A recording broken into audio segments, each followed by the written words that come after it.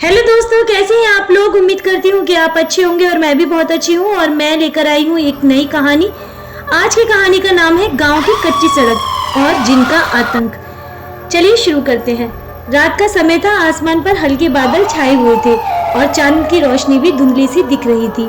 गांव से दूर कच्ची सड़क के किनारे खड़े विशाल पेड़ रहस्यमय लग रहे थे। ये वही सड़क थी जिसके बारे में गांव में अजीब अजीब कहानियां सुनाई जाती थी। लोग कहते थे कि इस सड़क पर एक जिन का साया है। कोई भी इस सड़क पर रात के समय जाता है तो वापस नहीं लौटता है। राशि और पंकज जो गांव के ही रहने वाले थे, इन कहानियों को बस अफवाह मानते थे। एक दिन दोनों ने तय किया कि वे इस सड़क से होकर रात में गांव के दूसरे छोर पर स्थित अपने दोस्त के घर जाएंगे। पंकज ने मोटरसाइकिल स्टार्ट की और राशि पीछे बैठ गई। गांव के बुजुर्गों ने उन्हें रोकने की कोशिश की, लेकिन वे दोनों उनकी बातों को हंसी में उड़ाकर निकल पड़े। सड़क सुनसान थी और चारों ओर सन्नाटा फैला हुआ था। जैसे ही वे उस सड़क के पास पहुंचे, ठंडी हवाओं ने उन्हें घेर लिया। हवा में कुछ ऐसी अजीब सी गंध थी मानो कुछ जल रहा हो। अचानक मोटरसाइकिल के इंजन से अजीब सी आवाज आने लगी और वह रुक गई। पंकज ने कई बार कोशिश की, लेकिन मोटरसाइकिल चालू नहीं हो रही थी।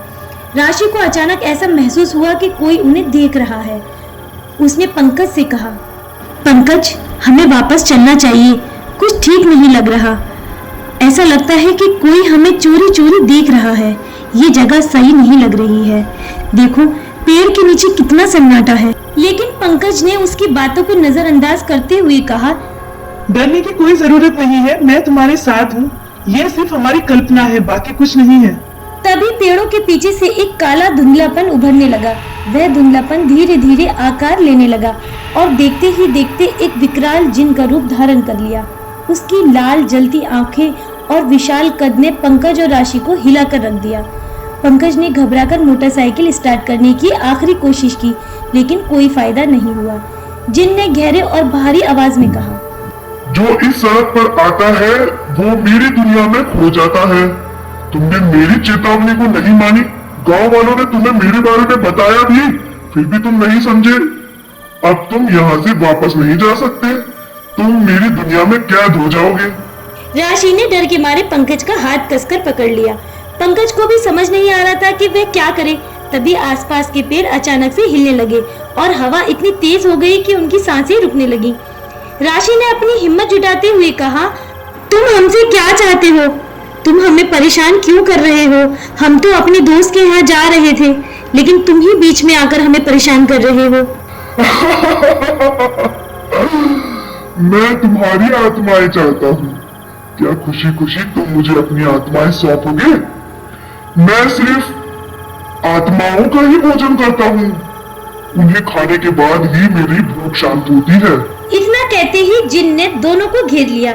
उनकी आंखों के सामने सब कुछ अंधेरा हो गया और आखिरी चीख हवाओं में घुल गई। सुबह गांव में जब लोग दोनों को ढूंढने निकले तो कच्ची सड़क पर सिर्फ मोटरसाइकिल ही पड़ी मिली, लेकिन राशि और पंकज का कोई पता नहीं था।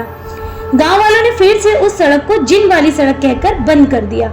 आज भी उस सड़क से गुजरने वाले लोग कहते हैं कि उन्हें रात में किसी की चीखें सुनाई देती हैं। जो कोई भी उस सड़क पर जाने की हिम्मत करता है वो फिर कभी वापस नहीं आता।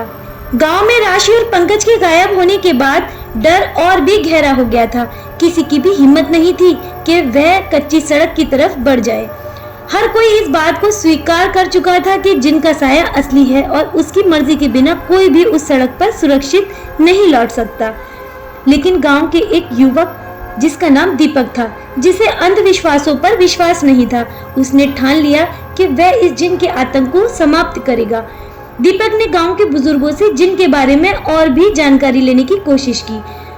बुजुर्गों ने उसे बताया कि कई साल पहले इस जगह पर एक खतरनाक जिन बंद किया गया था, जिसने गांव के लोगों को बहुत सताया था। गांव के एक महान साधु ने उस जिन को अपनी शक्तियों से कच्ची सड़क के पास एक पुरानी पेड़ के नीचे कैद कर दिया था। लेकिन अब समय बीतने के साथ उस कैद में कमजोरी आ गई थी और जिन ने फिर से अपने आतंक का विस्तार करना शुरू कर दिया था। दीपक ने उस साधु की खोज की, लेकिन वह अब जीवित नहीं थे। फिर उसे पता चला कि साधु ने जिन को खत्म करने का एक तरीका लिख कर गया है, एक विशेष मंत्र और पूजा जो केवल पूर्ण चंद्रमा की रात को ही किए जा सकती थी। दीपक ने ठान लिया कि वह जिन को इस बार हमेशा के लिए समाप्त कर देगा। पूर्णमासी की रात आ चुकी थी। दीपक ने साधु के बताए हुए सारे उपाय तैयार किए। उसके साथ उसकी दोस्त ज्योति भी थी, जिसने उसे हर कदम पर साथ देने का वादा किया था। दोनों ने मंत्रों और दीपों के साथ उस कच्ची सड़क की ओर रुख किया। चारों ओर भयानक सन्नाटा था, जैसे सब कुछ ठहर सा गया हो। जैसे ही दीपक और ज्योति कच्ची सड़क पर पहुंचे, हवा फिर से तेज होने लगी, पेड़ हिलने लगे और वही काली परछाई जिन के रूप में प्रकट हुई। उसकी लाल आंखें दीपक और ज्योति पर टिकी हुई थी। उसने गुस्से में कहा, तुम्हें भी मेरी चेतावनी की परवाह नहीं है? अब तुम भी मेरी कैद में रहोगे? तुम्हें गांव वालों ने समझाया नहीं था कि यहाँ पर मेरा राज है। ये कच्ची सड़क सिर्फ मेरी है और मुझे नहीं पसंद कि कोई मेरी शांति भंग करे। फिर भी तुम लोग मुझे परेशान करने आ जाते हो और मेरे हाथ से पाप कराते हो। दीपक ने बिना डरे अपनी पूजा शुरू की। उसने मंत्र पढ़ना शुरू किया और ज्योति ने भी दीप जलाकर उसे सुरक्षित रखा। जिन ने उन पर हमला करने की कोशिश की, लेकिन जैसे ही दीपक ने साधु के दिए गए मंत्रों का अंतिम शब्द पढ़ा, एक तेज रोशनी फैल गई। जिनकी भयानक चीखें चारों ओर गूंजने लगी। उसकी परछाई तड़पने लगी और धीरे धीरे धुएं में बदलकर गायब हो गई। दीपक और ज्योति ने देखा कि जिन की ताकत कम हो चुकी थी और वह हमेशा के लिए समाप्त हो रहा था। जिन की आखिरी चीख के साथ उसका अस्तित्व हमेशा के लिए मिट गया। सुबह गांव में खबर मिली कि जिन का आतंक अब समाप्त हो चुका है। दीपक और ज्योति ने वह कच्ची सड़क हमेशा के लिए मुक्त करा दी थी। गांव वालों ने फिर कभी उस सड़क पर किसी जिन की परछाई नहीं देखी। अब वह सड़क एक सामान्य रास्ता बन चुकी थी और लोग बिना किसी डर के उस पर आ जा सकते थे। दीपक और ज्योति ने गांव के उस जिन के आतंक को हमेशा के लिए मुक्त कर दिया था और अब वह सड़क एक नई शुरुआत का प्रतीक बन गई थी।